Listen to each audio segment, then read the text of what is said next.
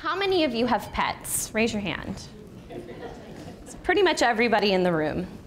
So before I start, I want you to close your eyes. Picture in your mind how your cat likes to curl up on your lap at night. Or picture how excited your dog is when you come home at the end of a long day. How does that make you feel? All right, you can open your eyes. And for those of you that don't have pets, I know where you can get one. My name is Kate, and I have been with the Oregon Humane Society for 2.5 years now. And I am the program coordinator for the Spay and Save program. Now, before I moved to Oregon, I worked with people with traumatic brain injuries. And then after moving to Portland 7 years ago, I started working with the elderly. And in working with both these populations, I found that they have some things in common. Many of them lack resources, and pretty much all of them have a deep love for animals. How many of you can relate to this statement? The more people I talk to, the more I love my dog. Anyone relate to this? Come on, I can too.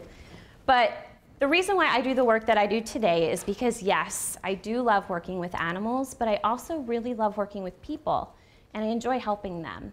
And I believe that to make a big impact, you have to care about both people and their pets. Now, in my short time in this position, I've talked with thousands of pet owners that face many challenges, such as people who live in an apartment complex where a family moves out and leaves their cats behind, or people who live in rural areas where cats are dumped on their property, or people who really do love and care about their cats, but they just lack the funds and the resources to be able to spay and neuter them. I help responsible pet owners do the right thing, and I help keep families and their pets together, because really, where is the best place for a cat? In a shelter? Or in a home with a family that loves and cares about them? In our community, you don't really see a bunch of stray dogs running around. But what about cats? I've started counting the number of cats that I see outside when I go for a walk around my neighborhood, and usually it's between 5 and 10 each time, and I'm always thinking to myself, man, I hope that that one's spayed and neutered, or I hope that one's spayed or neutered. As this graphic shows, cats can reproduce at an alarming rate. With an average of about 2 litters per year and about 6 kittens per litter, 2 unaltered cats can produce just under 12,000 cats in the course of 5 years. Where are all these cats going to go? In 2006, 24,000 cats entered 6 of our local shelters here in Portland. 11,000 of those cats were euthanized, and many of those cats were adoptable.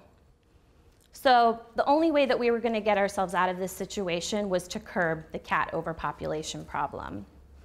So OHS, along with other Portland area shelters, decided to make a change, and we formed ASAP, or the Animal Shelter Alliance of Portland, which is a coalition working for a common goal: to save all healthy and treatable pets in Portland while also helping free-roaming cats. Based on real data, we strategically tackled this overpopulation problem. Data show that households earning under $35,000 a year were more likely to have unaltered pets in the home. So we needed to address this problem. How are we going to help these families? And how are we going to make spay and neuter more accessible? In 2010, we came up with an initiative called Spay and Save, which helps low-income families be able to afford to spay and neuter their cats.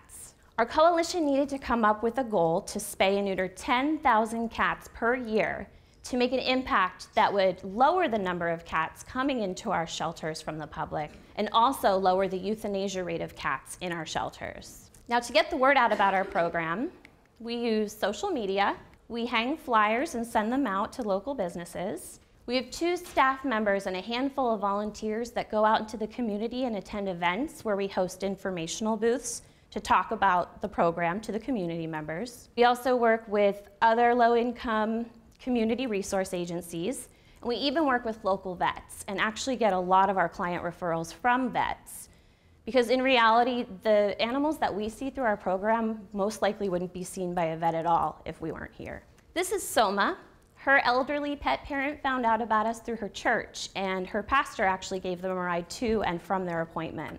Since Spay and Save began in 2010, over 55,000 cats have been spayed and neutered through our program. approximately half of which were done here at OHS. It is something to applaud. Because of this, we now have 40% fewer cats coming into our local shelters from the public. Now, one of these 55,000 cats was Artie. Artie came into his family's life at a time when they were going through a lot of loss. Dad had just lost his job. They had just lost their family dog, and they had found themselves in a situation where they were really financially strapped. So one day, Dad finds this tiny kitten in the engine compartment of his truck. And he brings him inside, and they start to care for him, and they just immediately bond with this cat, especially their 10-year-old son, Bobby, who has developmental disabilities. Artie becomes sort of a therapy cat for Bobby. But as all kittens do, Artie started to grow, and with that, he started spraying around the house. And their landlord was not happy about this. He gave them an ultimatum, and he said, "You guys need to get this cat fixed, or you need to get rid of him." So Mom started calling around to local vets, and she was quoted prices that were just way beyond their means at that time. A neuter can cost anywhere from $100 to $300 at a vet. They didn't have that kind of money laying around. So luckily, she came across a Spay and Save flyer on her Facebook page, and she was able to get Artie in through the program. He was neutered, vaccinated, and treated for fleas, all for a fraction of the cost that she was originally quoted. So because of Spay and Save, Bobby was able to pick Artie up from his neuter appointment to take him home forever, instead of having to drop him off at a shelter to never see him again. Now this is Artie today, but where is he gonna go for continued care? An average vet visit can cost anywhere from $50 to $100, and that's not even including extras like lab diagnostics, vaccines, blood work. Our Spay and Save hotline received over 20,000 calls in 2014. And it feels like I answered all of those calls, but one of those calls was from a client named Joyce, and Joyce is someone who I will never forget. Joyce is from Brooklyn. She still has her Brooklyn accent, and she's a diagnosed agoraphobic. So one day, this cat shows up on her doorstep, and Joyce brings her inside and starts to care for her and falls in love with her. This cat becomes her primary source of social interaction. Fast forward a couple weeks, the cat gives birth to 6 kittens. Now this is really overwhelming for Joyce. She lives in this tiny apartment that she never leaves, and now she's sharing it with 7 cats.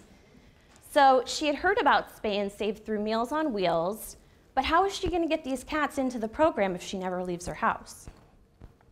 Luckily, Spay and Save has 2 very dedicated volunteers that help people like Joyce. They go out to their homes, pick up the cats, bring them here to OHS for their surgery, and then bring them back home after the surgery is over.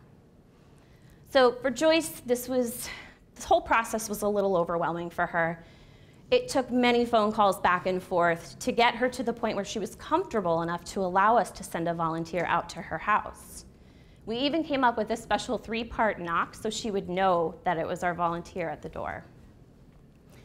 So Joyce decided to surrender the kittens to OHS so that they could find loving homes. And when her cat was returned to her, she was so impressed with the way that we went that extra mile for her that she called us and left us this really nice, long thank you voicemail saying in her own words, "They don't do it like that in Brooklyn."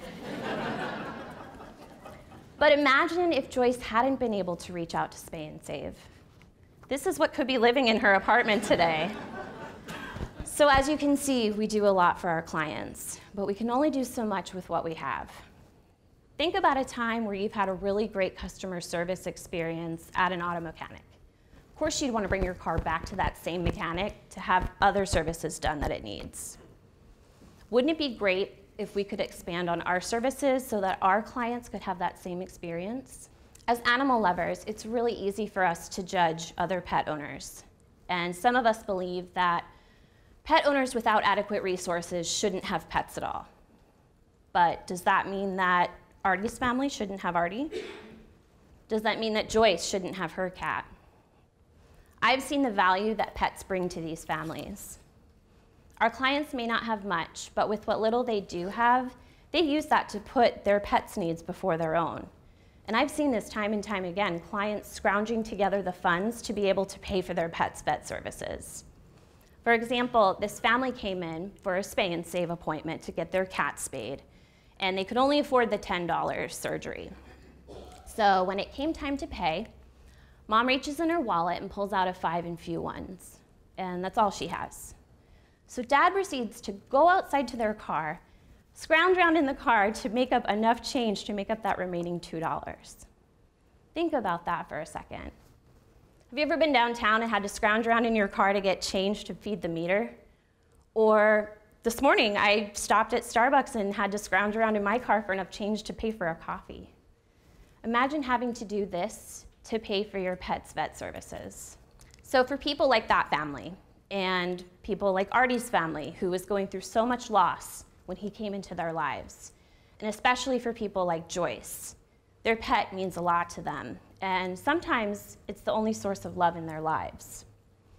What we currently offer through our Spay and Save program does help keep pets and their families together, but we could be making a bigger impact by offering more. We've become a trusted source to our client base and a go-to place for low-cost services. About 9 out of 10 of our callers that call into our hotline ask about other vet services besides a spay and neuter, because let's face it, vets can be really expensive. And unfortunately, in our community, there are very little to no resources out there to help these families. Wouldn't it be great if we could become a one-stop shop, a community hospital that could offer more affordable services that will help people and their pets stay together? With this community hospital, we could further reduce the number of cats coming into our local shelters from the public. We could eliminate the possibility of breaking that loving bond due to a lack of resources. So now I want you to close your eyes again, and I want you to think about your own pets. Think about how they comfort us. They don't judge us if we cry. They give us a reason to get up and take them out for a walk in the morning. They inspire us to take them to the park and awkwardly socialize with other people. They provide us with endless entertainment and make us laugh. Their love is timeless. Their love is unconditional. You can open your eyes now. Now I want you to think about, what if there was ever a time that you could not afford to pay for the care that your pets needed? Because in the end, the bottom line of what we do here is all about love. Thank you all so much.